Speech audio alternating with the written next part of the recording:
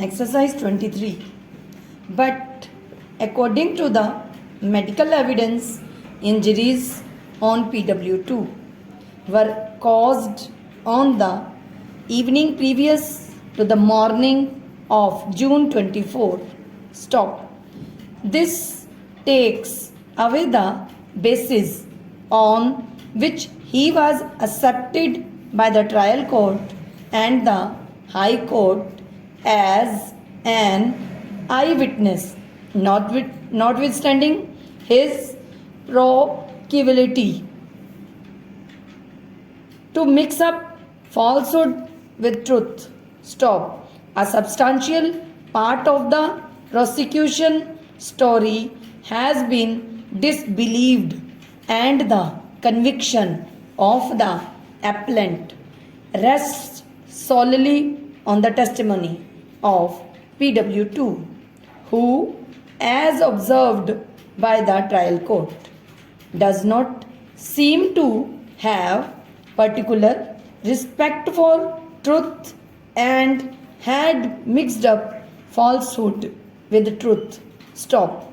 His credibility as an eyewitness lay only in that the trial court and the High Court assumed that he had received injuries in the same occurrence in which the deceased was killed.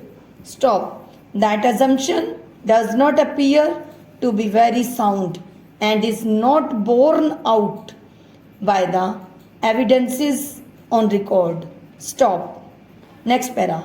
The defense plea that PW2 had received the injuries on the evening of June 23rd and not in the morning of June 24 gains credence from the fact that an incident between the two sides had admittedly taken place on the evening of June 23rd, 1995. Stop.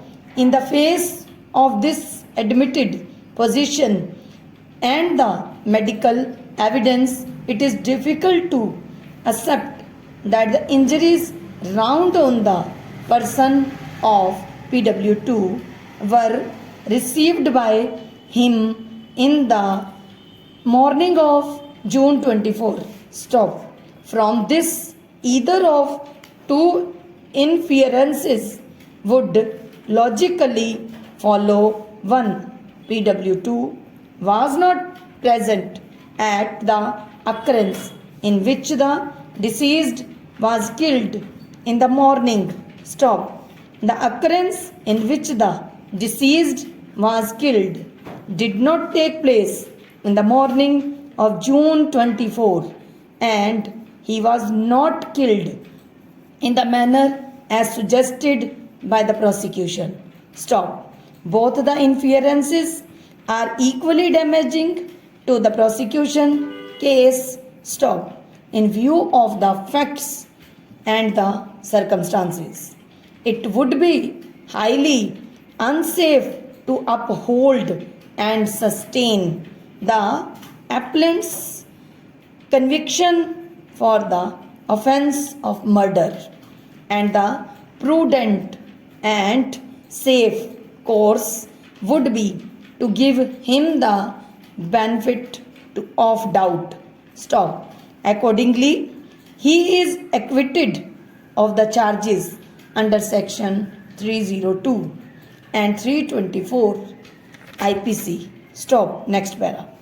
The next appeal is directed against the judgment of the Punjab and Haryana High Court in criminal appeals numbers 201 of 1996, confirming the appellant's conviction under section 302 of the Penal Code and life imprisonment. Stop.